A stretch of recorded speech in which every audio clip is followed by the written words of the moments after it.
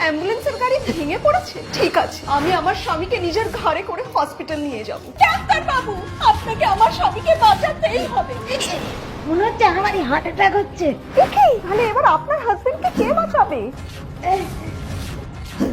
দাঁড়াও দাঁড়াও দাঁড়াও, আমাকে একটা খুন্তি আর স্যানিটাইজার দাও। আমি আমার স্বামীর উপর অপারেশন করব। সুরজ, কারেন্ট চলে গেছে আর কোনো জেনারেটরও কাজ করছে না। আপনার হাজবেন্ড চিন্তা নেই, আমি চাঁদের আলোকে সোলার এনার্জিতে কনভার্ট করে জেনারেটর চালু করে দেব।